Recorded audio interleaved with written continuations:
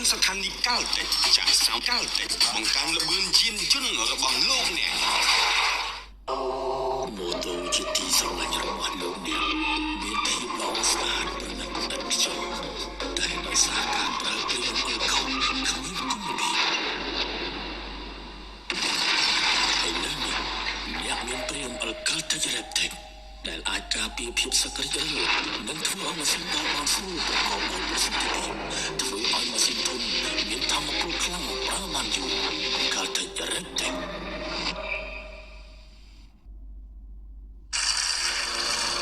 ការត្រឡប់មកវិញនៃឱកាសផ្ដល់ជូនពិសេសសម្រាប់ការទិញរថយន្ត Ford ទិញរថយន្ត Ford ឥឡូវនេះលោកអ្នកនឹងទទួលបានការបញ្ចូលតម្លៃពិសេសចំនួន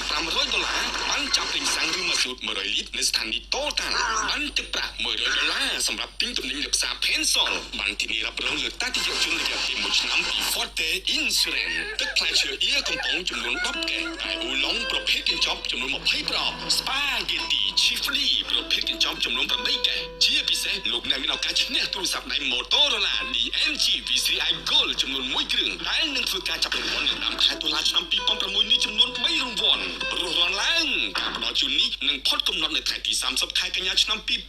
2006អតិថិជន Ford ពិតជាធានាបាននៃការយកចិត្តទុកដាក់ដោយអស់ពីចិត្តពីថ្លើម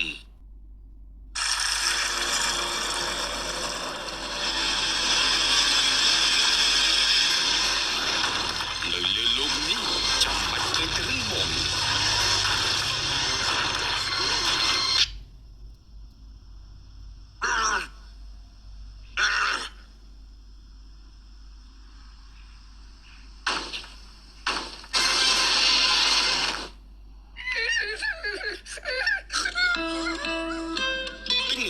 Ford ថ្ងៃនេះលោកអ្នកនឹងទទួលបានពិធីជប់លៀងនៅភោជនីយដ្ឋាន The Pizza Company សម្រាប់មនុស្ស10នាក់បានចាក់ប្រេងសាំងឬប្រេងម៉ាស៊ូតកាល់តិចចំនួន100លីត្រការធានារ៉ាប់រងរថយន្តលើតតិយជនរយៈពេល1ឆ្នាំពីក្រុមហ៊ុន Asia Insurance បានទិញទំនិញជាទឹកប្រាក់